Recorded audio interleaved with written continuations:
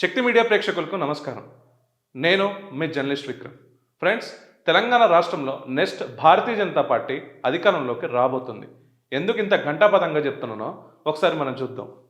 ఇక్కడ బీజేపీ వచ్చేసరికి last MLA ఎలక్షన్స్లో 8 స్థానాలు గెలుచుకుంది ఫ్రెండ్స్.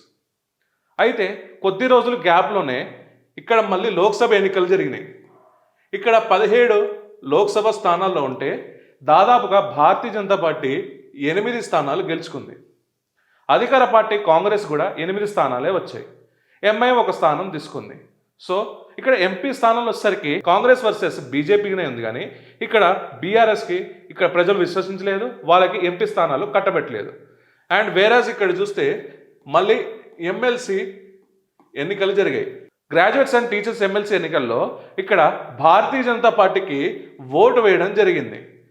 సో ఇక్కడ మనం చూస్తే ఫ్రెండ్స్, భారతీయ జనతా పార్టీ క్రమక్రమంగా ఎలక్ట్రల్ పాలిటిక్స్లో వాళ్ళ స్ట్రాటజీని చేంజ్ చేసుకొని ఇక్కడ ఎలక్ట్రల్ పాలిటిక్స్లో పోటీ చేయడమే కాకుండా ఇక్కడ స్థానాల్లో కూడా గెలవడం జరుగుతుంది. అయితే ఇక్కడ అర్బన్ నక్సల్స్ కొంతమంది మేధావుల ముసుగులో చెబుతూ ఉంటారు ఏంటంటే, భారతీయ జనతా పార్టీ కేవలం అర్బన్కే పనికి వస్తుంది, రూరల్కి అది అక్కడ ఓట్ షేర్ ఉండదు అని చెప్పేసి అంటారు. అయితే మొన్న జరిగిన గ్రామ పంచాయతీ ఎన్నికల్లో దాదాపుగా భారతీయ జనతా పార్టీకి 600+ స్థానాలు కైవసం చేసుకోవడం జరిగింది. ఇది వాస్తవం కదా ఫ్రెండ్స్. ఇక్కడ అర్బన్ ఓటింగ్కే పనికి వస్తుందన్న ఈ అర్బన్ నక్సల్స్ మరి 600+ గ్రామ పంచాయతీల్లో ఇక్కడ సర్పంచ్లు గెలవడం అంటే భారతీయ జనతా పార్టీ ఎవరైతే బలపరిచారో ఆ భారతీయ జనతా పార్టీ బలపరిచిన దాంట్లో 600+ స్థానాలు రావడం జరిగింది. ఇప్పుడు ఎమ్మెల్యే స్థానాలు, ఎంపీ స్థానాలు, ఎమ్మెల్సీ కాకుండా ఇక్కడ గ్రౌండ్ రూట్స్లో కూడా భారతీయ జనతా పార్టీ వెళ్తుంది. అండ్ దాని తర్వాత మొన్న మన భారతీయ జనతా పార్టీ ఏదైతే మున్సిపల్ ఎన్నికల్లో చూస్తే మంచి రిజల్ట్ అనేది భారతీయ జనతా పార్టీకి వచ్చింది. అండ్ ఇక్కడ అసదుద్దీన్ ఓవైసీ లాంటి వాళ్ళు ఏమని చెప్పారంటే, భారతీయ జనతా పార్టీ బైన్సాల్లో చైర్పర్సన్ గెలిస్తే మీరు జిహెచ్ఎంసీ గెలిచినట్టే అని ప్రగల్భాలు పలికారు. అయితే ఇక్కడ బైన్సా లాంటి ఏరియాలో కూడా ఇక్కడ భారతీయ జనతా పార్టీ చైర్పర్సన్ గెలవడం జరిగింది. అయితే ఇంకొకటి అర్బన్ నక్సల్స్కి అండ్ ఈ లెఫ్టిస్ట్ వాళ్ళకి అర్థం కానిది ఏంటంటే, గ్రౌండ్ రియాలిటీ ఆఫ్ తెలంగాణ ఏంటంటే భారతీయ జనతా పార్టీ గ్రౌండ్ రూట్స్లోకి వెళ్తుంది. స్థానిక ఎలక్షన్స్లో కూడా దాని సత్తా చాటుతుంది. అండ్ దాంట్లోనే ఒక మైలురాయి ఏంటి దాటిందంటే, ఎప్పటి నుంచో ఒక కార్పొరేషన్లో మేయర్గా గెలుద్దామని చూసింది భారతీయ జనతా పార్టీ. అయితే మొన్న జరిగిన ఏదైతే మున్సిపల్ కార్పొరేషన్ ఎలక్షన్లో కరీంనగర్ మున్సిపల్ కార్పొరేషన్ ఉందో అక్కడ Bharatiya Janata Party majority of seats సాధించి, బిగ్గెస్ట్ మెజారిటీ సాధించి అక్కడ మేయర్ పీఠాన్ని కూడా కైవసం చేసుకుంది Bharatiya Janata Party. Karimnagar mayor seat అధిరోహించడం అండ్ ఇక్కడ బైన్సాలో చైర్పర్సన్ విన్ అవ్వడం ఇది అర్బన్ నక్సల్స్కి నచ్చట్లేదు. సో ఇక్కడ బైన్సా లాంటి ఏరియా గెలిగితే ఏమవుతుంది, అక్కడ మొత్తం సీన్ రివర్స్ అవుతుందని చెప్పేసి కరీంనగర్ మేయర్ ఎవరైతే గెలిచారో ఆ కరీంనగర్ మేయర్ గెలవడానికి కారణమైన వ్యక్తి మీద విషం చిమ్ముతూ ఉన్నారు ఫ్రెండ్స్. ఎస్, ఇది 100% వాస్తవం. ఏమని విషయం చిమ్ముతున్నారో ఒకసారి ఇప్పుడు మనం చూద్దాం. అయితే ఇక్కడ మనం బండి సంజయ్ గారి ఫోటో ఎందుకు పెట్టామనేసి మీకు ఒక డౌట్ రావచ్చు. కరీంనగర్ కార్పొరేషన్ మేయర్ స్థానం గెలవడం దాంట్లో ప్రధాన భూమికగా ఇక్కడ బండి సంజయ్ కుమార్ గారు ఉన్నారు. అయితే ఇక్కడ బండి సంజయ్ కుమార్ గారు తను 2 times అక్కడ ఎంపీ ఉండి డెవలపింగ్ చేసింది చూశారు. అండ్ ఏదైతే తన జాతీయవాద సిద్ధాంతాన్ని ఇక్కడ గ్రౌండ్ లెవెల్లో కార్యకర్తలని ఎలా మోటివేట్ చేశాయి అండ్ అక్కడ ప్రజల్ని ఎలా మోటివేషన్ అయ్యారో, ఓట్ వరకు ఆ జాతీయవాద సిద్ధాంతాన్ని ఎలా తీసుకెళ్లారో మనం కరీంనగర్ ఎంపీ బండి సంజయ్ కుమార్ గారి గురించి మనం చెప్పాల్సిన అవసరం లేదు. కార్యకర్త స్థాయి నుంచి ఇప్పుడు కేంద్ర మంత్రి స్థాయి వరకు ఎదిగిన బండి సంజయ్ గారి మీద స్వయం ప్రకటిత అర్బన్ నక్సల్ అని చెప్పుకునే ఈ రఘు తన ఛానల్ వేదికగా కొన్ని అవాస్తవాలు అండ్ కొన్ని టార్గెటెడ్ న్యూస్ చేసి బండి సంజయ్ గారి మీద ఏదో చేద్దామని చెప్పేసి అంటున్నాడు. ఈయన మాట్లాడుతూ ఏమంటున్నాడంటే, బేతి మహేందర్ రెడ్డికి సీట్ ఇవ్వలేదు అని చెప్పేసి బండి సంజయ్ కుమార్ గారిని అడుగుతున్నారు. బండి సంజయ్ కుమార్ గారు ఒక ఎంపీ ఆయన పార్టీని బండి సంజయ్ గారు ఒక్కటి చెప్తేనే ఇక్కడ కరీంనగర్ పాలిటిక్స్ రన్ అవుతుందా? అంటే అక్కడ జిల్లా అధ్యక్షులు లేరా, రాష్ట్ర అధ్యక్షులు లేరా? అండ్ ఇక్కడ ఎలక్షన్ మేనేజ్మెంట్కి ఒక సిస్టమ్ ఉంటుంది భారతీయ జనతా పార్టీలో. అయితే ఈ బేతి మహేందర్ రెడ్డికి సీట్ ఇవ్వకపోవడం అది పార్టీ ఇంటర్నల్ చర్చ. కానీ రఘుకి అంత ఇంట్రెస్ట్ ఎందుకో నాకైతే అర్థం కావట్లేదు. రఘు ఏం చెప్తున్నా అంటే, బేతి మహేందర్ రెడ్డి అతను జాతీయవాద సిద్ధాంతం ఉన్న జనసేన పార్టీలోకి వెళ్ళాడు అని చెప్తున్నాడు. రైట్, ఇప్పుడు ఈయన మాటలకి మనం ఏకీభవిద్దాం ఫ్రెండ్స్. రఘు చెప్పిన దానికే కొంతసేపు మాట్లాడదాం. బేతి మహేందర్ రెడ్డి నిజంగా జాతీయవాద సిద్ధాంతం అయితే స్వయం ప్రకటిత అర్బన్ నక్సల్ అని చెప్పుకునే ఈ రఘు దగ్గరికి వెళ్ళి ఎందుకు చిట్ చాట్లకు పాల్గొంటాడు? ఎందుకు ఈయన దగ్గరికి వెళ్ళి ఇంటర్వ్యూలు ఇస్తాడు? ఎన్నికలు అయిపోయిన తర్వాత కూడా వెళ్ళి 5,000 ఇచ్చిర్రు అండ్ రైస్ బ్యాగ్ ఇచ్చిర్రాను, అందుకే నేను ఓడిపోయా, నైతిక విజయం నాది అని బేతి మహేందర్ రెడ్డి భారతీయ జనతా పార్టీ అభ్యర్థుల మీద ఎందుకు విషం చిమ్ముతున్నారు? ఆయన మాట్లాడే దాంట్లో ఒక యాజ్ ఎ అడ్వకేట్గా ఆయన దగ్గర ఏమైనా ప్రూఫ్స్ ఉన్నాయా 5,000 పంచినట్టు అండ్ ఒక రైస్ బ్యాగ్స్ పంచినట్టు ఏమైనా ప్రూఫ్స్ ఉన్నాయా? అంటే ఈ పోలరైజేషన్ ఆఫ్ ఓట్స్ ఏదైతే ఉందో అది నిజంగా అక్కడ జరిగిందా అనేది వాస్తవాలు లేకుండా జస్ట్ నరం లేని నాలుక లెక్క మాట్లాడితే అది సరిపోతుందా? అండ్ ఇక్కడ అర్బన్ నక్సల్ కింద స్వయం ప్రకటిత ఈ రఘు ఏమంటాడంటే, బండి సంజయ్ కుమార్ గారు నాకు ఇంటర్వ్యూ ఎందుకు ఇవ్వలేదంటే బేతి మహేందర్ రెడ్డికి సీట్ ఇవ్వలేదు కాబట్టి ఆ క్వశ్చన్ నేను ఎక్కడ అడుగుతానని చెప్పేసి నాకు ఇంటర్వ్యూ ఇవ్వలేదని చెప్పేసి బండి సంజయ్ గారి మీద మాట్లాడుతున్నాడు. నిజంగా బేతి మహేందర్ రెడ్డికి సీట్ ఇవ్వకపోవడం వల్లనే రఘుకి ఇంటర్వ్యూ ఇవ్వలేదా? ఇక్కడ జాతీయవాద సిద్ధాంతాన్ని నరనరాల్లా పెంచుకున్న వ్యక్తి బండి సంజయ్ కుమార్ గారు. మొన్న మన ఛానల్ వేదికగానే మనం అడిగినాం, సార్ మీరు నక్సల్స్ ఈ March 31 నుంచి ఎండ్ అవుతుంది, ఓకే, మరి అర్బన్ నక్సల్స్ పరిస్థితి ఏంటి సార్ అని చెప్పేసి మన ఛానల్ ద్వారానే మనం అడగడం కూడా జరిగింది. ఒకసారి ఆ వీడియో ఒకసారి మనం చూద్దాం ఫ్రెండ్స్, ఏమని ఆ రోజు మనం అడిగాము. అయితే ఫ్రెండ్స్, మనం బండి సంజయ్ గారిని ఒక వీడియో రూపంలో ఒక రిక్వెస్ట్ చేయడం జరిగింది. మనం చేసిన రిక్వెస్ట్ ఏందో ఒకసారి బండి సంజయ్ గారిని ఒకసారి విందాం మనం. ముక్త్ భారత్ పేరుతోని March 2026 డెడ్ లైన్. 2026లో మావోయిస్ట్ని అరగడుతున్నారు. నిజంగా హ్యాట్స్ ఆఫ్. మరి అర్బన్ నక్సల్స్ పరిస్థితి ఏంటి? వారిని ఎలాబరేట్ ఎందుకు చేయలేదు? వారిని ఇంకా పార్టీ ఆఫీసులలో, కొంతమంది క్యాంప్ ఆఫీసులలో వారి స్టూడియోకి వెళ్ళి మరి ఇంటర్వ్యూ చేయడం ఏంటి? ఇది ఎక్కడ వరకు కరెక్ట్ సార్? ఫస్ట్ వీళ్ళకి ఫైనాన్షియల్ గా దెబ్బతీస్తేనే, అంటే వీళ్ళకి ఫైనాన్స్ గా మన సోర్స్ లేకుండానే ఇది జరుగుతుంది. స్కాలర్ జర్నలిస్ట్ అని తెలిసినా కూడా అలాంటి వాళ్ళకి ఇంటర్వ్యూలు చేయడం ఏంటి? అలాంటి వారికి చేయగలపడం ఏంటి? అలాంటి వాళ్ళతో ఇకలు పక్కపక్కలు బయట రిలీజ్ చేయడం ఏంటి?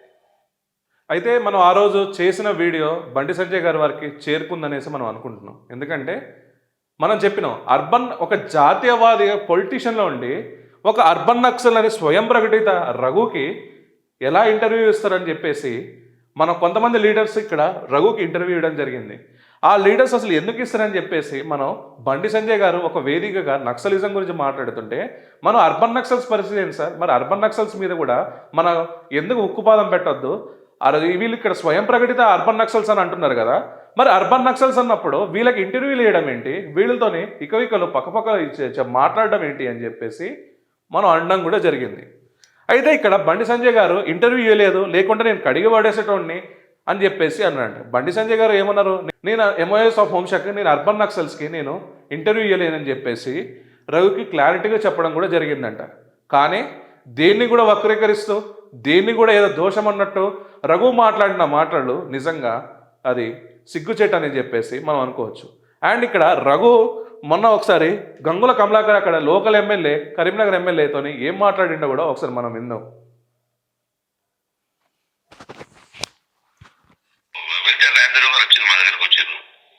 ఎవరి వైపు నుంచి? కాంగ్రెస్ నుంచి.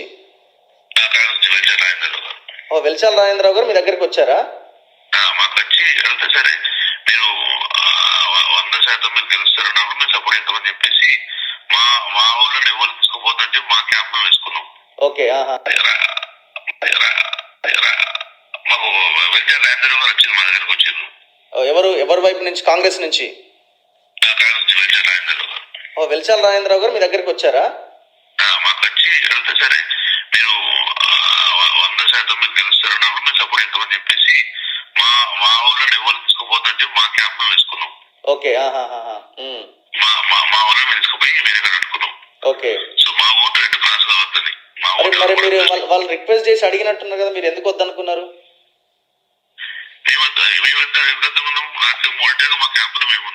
అట్లాంటలేను, కాంగ్రెస్ వాళ్ళు వెల్చాల రాజేంద్రరావు వచ్చి మిమ్మల్ని అడిగిండు కదా మాకు సపోర్ట్ చేయండి అని. మేము సిద్ధంగా ఉన్నాం కదా, సిద్ధంగా ఇప్పుడు సిద్ధంగా ఉన్నా చెప్పినాం, వారి వరకు సిద్ధంగా ఉన్నా చెప్పినాం. కాంగ్రెస్ కి సపోర్ట్ చేయడానిక మేము చేస్తామని చెప్పినాం, మీరు స్థానం చేయించుకొచ్చుకోవాలని చెప్పిన వాళ్ళు ఫెయిల్యూర్ అయిపోయారు. So okay. మేము రాత్రి నిన్న ఈవినింగ్ 8 వరకు చూసినాం, ఫెయిల్ అవుతుందని చెప్పేసి మేము ఎన్నికలకు దూరంగా ఉన్నాము. ఇప్పుడు అట్లా కాదు, మీరు కూడా వాళ్ళకి సపోర్ట్ చేస్తే వాళ్ళకి మ్యాజిక్ ఫిగర్ దగ్గర అవుతారు కదా. దగ్గర కాలేదు ఓకే. కాలేదు. వాళ్ళ మేయర్ క్యాండిడేట్ ఇద్దరు అనౌన్స్ కాలేదు. ముగ్గురు మేయర్లు ఉన్నారు. ఒకరు మేయర్ వేస్తే ఒకరు వెళ్ళిపోతా ఉన్నారు. ఇండిపెండెంట్ సో ఫ్రెండ్స్, ఇందాక రఘు అండ్ గంగుల కమలాకర్ గారు ఏమేమి మాట్లాడినరో విన్నాం కదా.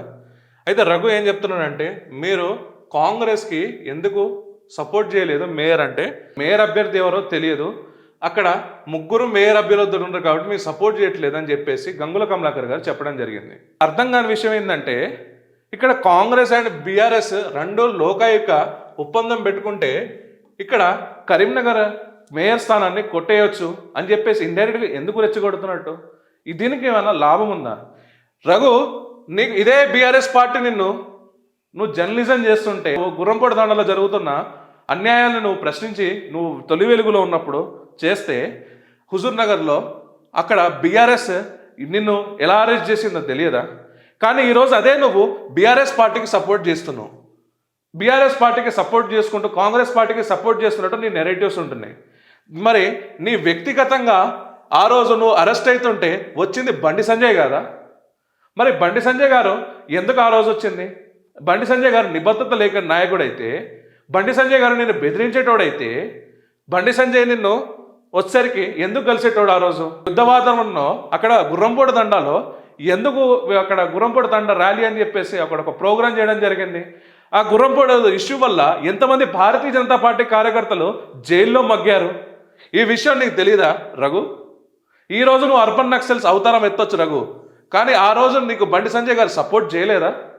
కాంగ్రెస్ ఇక్కడ అధికారంలో ఉందని బీఆర్ఎస్కి కాంగ్రెస్కి మధ్యలో నువ్వు ఈ మీడియేషన్ ఎందుకు? ఒక్కసారి ఆలోచించు. నువ్వే రఘు చేస్తుంది కరెక్టా మిత్రులారా? కాంగ్రెస్ బీఆర్ఎస్ ఒకటని ఇక్కడ గంగుల కమలాకర్ గారి ఫోన్ కాల్ ఆడియోలో మనం తెలిసిపోతుంది. అది రఘుతోనే మాట్లాడిన ఆడియో. అయితే ఇక్కడ రఘుతోను మాట్లాడుతుంటే ఇక్కడ అక్కసేందంటే, ఇక్కడ భారతీయ జనతా పార్టీ ఎట్టి పరిస్థితుల్లో ఇక్కడ రావద్దు. ఇక్కడ ఒక్క మేయర్ గెలిస్తే నెక్స్ట్ ఇక్కడ హైదరాబాద్లో కూడా జిహెచ్ఎంసీ మేయర్గా భారతీయ జనతా పార్టీ అవుతుంది, అదే జోష్లో ఉంటే. ఎందుకంటే ఇక్కడ ఇంటిని వేయింది ఆల్రెడీ ఈ పర్సన్. అక్కడ కరీంనగర్ తన సొంతిల్లు, ఆ సొంత ఇంటిని ఏగిండు ఆల్రెడీ. ఇప్పుడు హైదరాబాద్ రచ్చనొచ్చి ఇంకా రచ్చ ఎట్లా చేస్తాడు అని చెప్పేసి ఇప్పుడు అర్బన్ నక్సల్స్ భయపడుతున్నారు. ఎందుకంటే ఇప్పుడు హైదరాబాద్ పీఠాన్న కాషాయ జెండా ఎగురితే నెక్స్ట్ ఇక్కడ ఎమ్మెల్యే స్థానాల్లో అండ్ నెక్స్ట్ జరగబోయే ఎన్నికలు, జమినీ ఎన్నికలు కానీ లేకపోతే జనరల్ ఎన్నికలు కానీ ఎప్పుడు వచ్చినా ఇక్కడ భారతీయ జనతా పార్టీ అధికారంలో వస్తే ఇక్కడ అర్బన్ నక్సల్స్ పని ఇక్కడ ఖేల్ ఖతం అయిపోతుందని చెప్పేసి, నా పరిస్థితి ఏందని చెప్పేసి ముందే జాగ్రత్త పడుతున్నావు రఘు నువ్వు. ఇది నిజంగా ఇది వాస్తవమా కాదా ఫ్రెండ్స్? రఘు ఇలాంటి స్టేట్మెంట్స్ ఎందుకు ఇస్తున్నాడు? బేతి మహేందర్ రెడ్డి చెప్పిన స్టేట్మెంట్స్ నిజంగా వాస్తవం ఉంటే, అక్కడ బేతి మహేందర్ రెడ్డి ఒక కంటెస్టెంట్, పైగా తను ఒక అడ్వకేట్ కదా, మరి ఎలక్షన్ ఆఫీసర్స్కి ఎందుకు కంప్లైంట్ ఇవ్వలేదు? తను ఓడిపోయిన తర్వాత 100 మాటలు చెప్తారు, దాన్ని నిజమని చెప్పుకొని నువ్వు క్వశ్చన్ మార్క్, ఒక జర్నలిజంలో ఒక డౌట్ ఉంటే ఒక క్వశ్చన్ మార్క్ కూడా వేయలేదు. నువ్వు ఏం చేస్తావు? జస్ట్ ఒక ఎక్స్క్లమేషన్ మార్క్ వేసుకున్నావు. అంటే ఇది ఎంతవరకు కరెక్ట్? ఇది అబద్ధపు స్టేట్మెంట్ ఇచ్చాడు. నిజంగా ఇది జర్నలిజం అంటారా? మరి ఇదే నువ్వు మార్వాడీస్ గో బ్యాక్ అప్పుడు మురళీ సార్ని ఒక మాట అన్నావు. ఇదే మన ఛానల్లో ఇంటర్వ్యూ చేస్తున్నప్పుడు ఈయన బ్లాక్మెయిల్ చేస్తున్నాడు, ఈయన డబ్బులు తీసుకుంటాడు రఘు అని చెప్పేసి అంటే, నాకు మురళీ సార్ సారీ చెప్పకపోతే నేను వదలను మురళీ సార్ని అనుకుంటా నువ్వు మాట్లాడినావు కదా రఘు. మరి ఇక్కడ నీ ఛానల్లో నువ్వు ఇప్పుడు 5,000 తీసుకున్నారు, ఒక బస్తా తీసుకున్నంటే ప్రజా అభిప్రాయాన్ని నువ్వు రెస్పెక్ట్ ఇవ్వట్లేదు అక్కడ కరీంనగర్ ప్రజల్ని. అంటే ఓటర్కి నువ్వు రెస్పెక్ట్ ఇవ్వట్లేదా? మరి దీనికి ఏంటి రఘు? మరి ఆ రోజు నీ మీద మన మురళీ సార్ చెప్తుంటే నువ్వు తెగ ఫీల్ అయిపోయావే, మరి ఇప్పుడు కరీంనగర్ ప్రజల్ని నువ్వు అవమానించినట్టు కాదా? ప్రూఫ్లెస్ ఒక స్టేట్మెంట్ ఇస్తే ఆ స్టేట్మెంట్ని పట్టుకొని నువ్వు నీ ఛానల్లో పెడుతున్నావు కదా. మరి ఆ ఛానల్లో పెట్టినప్పుడు నువ్వు ఎందుకు ఇది హైలైట్ చేయలేకపోతున్నావు? మరి దీనికి ఆన్సర్ ఏంటి రఘు? మరి ఇప్పుడు కరీంనగర్లో అక్కడ ఆల్రెడీ మేయర్ జరిగిపోయింది, మేయర్ పీఠం ఆల్రెడీ కైవసం చేసుకున్నారు. కానీ ఇంకా అక్కస్ ఎందుకంటే ఇక్కడ జిహెచ్ఎంసీ గెలిస్తే నెక్స్ట్ ఇక్కడ స్టేట్లో కూడా భారతీయ జనతా పార్టీ వస్తుందని, ఆ జోష్లో వస్తుందని చెప్పేసి ఇక్కడ అర్బన్ నక్సల్స్ భయపడుతున్నారు. కానీ ఇక్కడ మీకు అర్థం కాని సిచ్యువేషన్ ఏంటంటే తెలంగాణ ప్రజలు మీరు చెప్పే రాంగ్ నెరేటివ్స్ని నమ్మట్లేదు. ఎందుకంటే ఇక్కడ నరేంద్ర మోడీ గారిని అండ్ ఇక్కడ స్టేట్లో ఉన్న నాయకుల్ని నమ్మేసి అండ్ ఈవెన్ బండి సంజయ్ గారిని అక్కడ నమ్మి కరీంనగర్ ప్రజలు ఎట్లయితే ఓటు వేశారో ఇదే బండి సంజయ్ కుమార్ గారు రేపు తెలంగాణ రాష్ట్రం అంతా తిరిగితే తెలంగాణ రాష్ట్ర రాజకీయాలు ఎలా హీట్ అవుతుందో నీకు కూడా తెలుస్తుంది. ప్రజా సంగ్రామ యాత్ర చేసినప్పుడే ఉప్పెన ఎలా వచ్చిందో కూడా మీకు తెలుసు. కానీ ఇప్పుడు మళ్ళీ ఇక్కడ ఈ పర్సన్ని డీలా చేద్దామని ఆ మైండ్ నుంచి ఈ పర్సన్ని ఎలిమినేట్ చేద్దామని పిచ్చి పిచ్చి ప్రయత్నాలన్నీ చేస్తున్నారు. కానీ ప్రజలకి వాస్తవం ఏందో తెలుసు, బండి సంజయ్ కుమార్ గారు ఏందో తెలుసు అండ్ నువ్వేందో కూడా ఆల్రెడీ తెలుసు. వాళ్ళకి ఒక అర్బన్ నక్సల్ అని నువ్వు స్వయం ప్రకటితగా నువ్వే చెప్పావు. ఇప్పుడు అర్బన్ నక్సల్ అని నువ్వు చెప్పినప్పుడు ఒక అర్బన్ నక్సల్ మాటని విశ్వసిస్తారా లేకుంటే ఒక జాతీయవాద నాయకుడిని విశ్వసిస్తారా అనేది మైండ్ సెట్కి నేను వదిలేస్తున్నా. ప్రజలంతా పిచ్చోలుగా ఎవరు లేరు, జాతీయవాదంపై నడుస్తున్నారు. ఈ దేశంలో ఉంటూ పరాయి దేశాలకి ఫ్లూట్ వాయిస్తూ నీలాంటి మాటలు ఎవరు వినరు. ఈ దేశంలో ఉంటూ ఈ దేశాన్ని కాపాడే ఇలాంటి పొలిటీషియన్ వైపు ఉంటున్నారు. సో మీరు ఏమంటారు ఫ్రెండ్స్? దీంట్లో రఘు చేసిన స్టేట్మెంట్స్ అండ్ గంగుల కమలాకర్తో మాట్లాడిన ఆడియో ఇందాకనే మీరు విన్నారు. ఇక్కడ కాంగ్రెస్కి బీఆర్ఎస్కి మధ్యలో వారధి లెక్క ఇక్కడ జర్నలిస్ట్ రఘు పనిచేస్తున్నాడా లేకుంటే బండి సంజయ్ని కావాలని డిగ్రేడ్ చేసి ఇక్కడ తెలంగాణ రాష్ట్రంలో ఒక పవర్ఫుల్ మాస్ లీడర్ ఫేమ్ని డీఫేమ్ చేద్దామని ప్రయత్నిస్తున్నారా? మీరే కమెంట్స్ రూపంలో చెప్పండి. అండ్ ఈ వీడియో కానీ మీకు నచ్చినట్టయితే friends like, share and comment చేయాల్సిందిగా కోరుకుంటాను. జై హింద్, జై భారత్.